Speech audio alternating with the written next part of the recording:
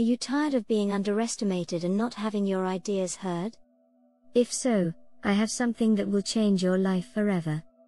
I want to introduce you to a book that has not only changed the way I think about persuasion and influence, but has also helped me to become a master of persuasion in my personal and professional life.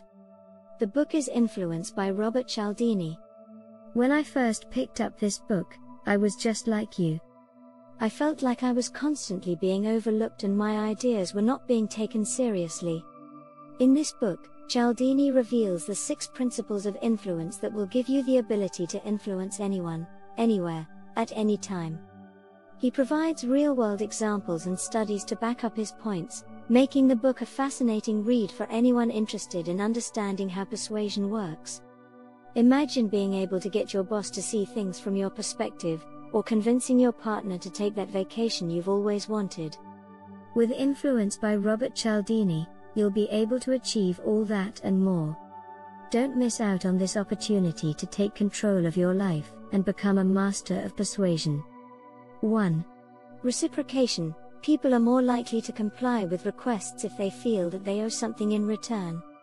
This principle is the foundation of the age-old adage tit for tat.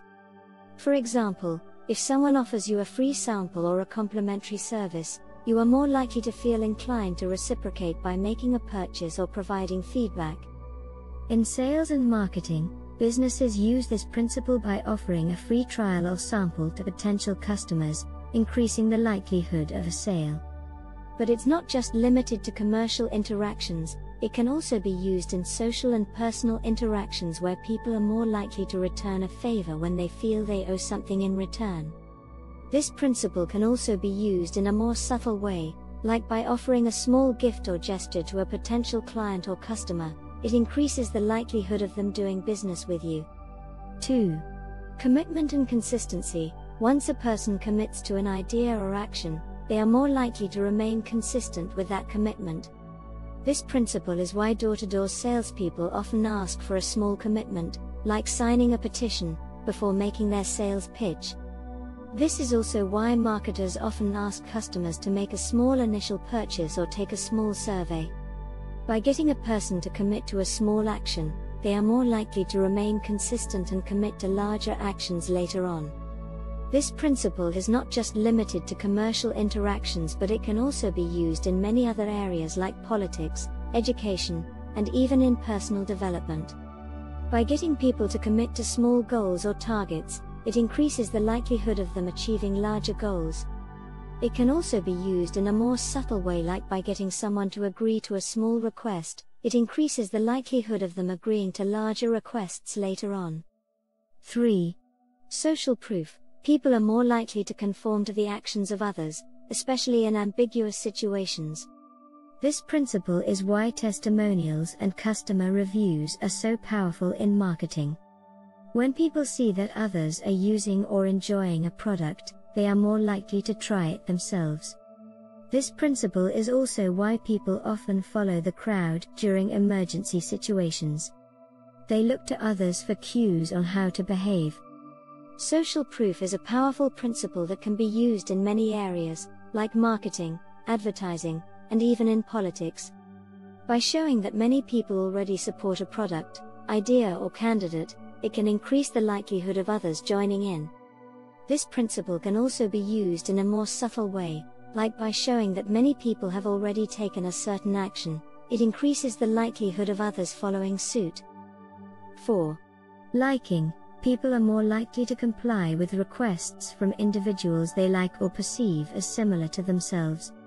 This principle is why salespeople often try to establish a rapport with their customers and why politicians try to connect with their constituents on a personal level. When people like or relate to someone, they are more likely to comply with their requests. This principle is not just limited to commercial and political interactions, it can also be used in many other areas like education and personal development. By building a rapport with people, it increases the likelihood of them complying with requests or following advice. This principle can also be used in a more subtle way, like by showing that you have common interests or values. It increases the likelihood of someone agreeing to your request. 5. Authority. People are more likely to comply with requests from perceived authority figures. This principle is why uniforms, titles, and credentials are so important in fields like law enforcement, medicine, and politics. When people perceive someone as an authority figure, they are more likely to comply with their requests. This principle is not just limited to official positions or titles, it can also be used in many other areas like education and personal development. By showing expertise and knowledge, it can increase the likelihood of people following advice or complying with requests. This principle can also be used in a more subtle way, like by using confident body language and speaking in a clear and assertive manner. It can increase the perception of authority and influence. 6. Scarcity. People are more likely to want something when they perceive it as scarce or exclusive. This principle is why limited time offers and exclusive sales are so effective in marketing. When people think that something is rare or in limited supply, they are more likely to want it. This principle is not just limited to commercial interactions, it can also be used in many other areas like politics and personal development. By creating a sense of scarcity, it increases the urgency and desire for something, making it more valuable. This principle can also be used in a more subtle way, like by highlighting the exclusivity of an opportunity or experience. It can increase the perceived value and desirability. 7. Using these principles in an ethical way. Cialdini emphasizes the importance of using these principles in an ethical and respectful manner, not to manipulate or exploit others. He encourages readers to always consider the well-being of others and to use persuasion techniques in a way that benefits both parties. This means being transparent and honest about the intentions and avoiding deceit or manipulation. It also means being respectful of the other person's autonomy and not trying to force them into a decision. By using these principles in an ethical way, it can build trust and long-term relationships rather than short-term gains. 8. Make the request small and easy. Starting with small requests can increase the likelihood of compliance with larger requests later on. By making small requests first, it establishes trust and sets the stage for future requests. This principle is often used in sales and marketing where a small purchase or commitment is asked for before a larger one, but it can also be used in other areas like personal development, where small goals are set before larger ones. By making the request small and easy to comply with, it reduces the resistance and increases the likelihood of compliance. 9. Appeal to the person's self-image. By framing the request in a way that aligns with the person's self-image or values, the likelihood of compliance increases. This principle is why cause-related marketing is so effective. By connecting a product or service to a person's values, they are more likely to support it. This principle is also used in politics, where candidates align their policies with the values of their constituents. It can also be used in personal development, where goals are set in alignment with a person's values and self-image.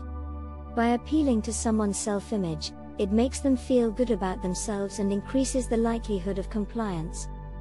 10. Use multiple principles at once. Using multiple principles in a situation can increase the effectiveness of persuasion. For example, by using the principle of authority and liking, a salesperson can establish trust and credibility with their customer by showing credentials and building a rapport, increasing the likelihood of a sale. By combining different principles, the persuasive impact can be amplified. By using multiple principles together, it can create a more holistic and powerful persuasive message. Thank you for watching our video on influence by Robert Cialdini. We hope that you found the information shared in the video to be helpful and that you feel more confident in your ability to influence and persuade others. Remember, the principles outlined in the book can be applied to a variety of situations and can help you achieve your goals and improve your relationships. Influence is a valuable resource for anyone looking to understand the psychology of persuasion, so if you're ready to improve your ability to influence others, give this book a read. We hope you found this video to be helpful and we look forward to seeing you in our next video. Thanks for watching.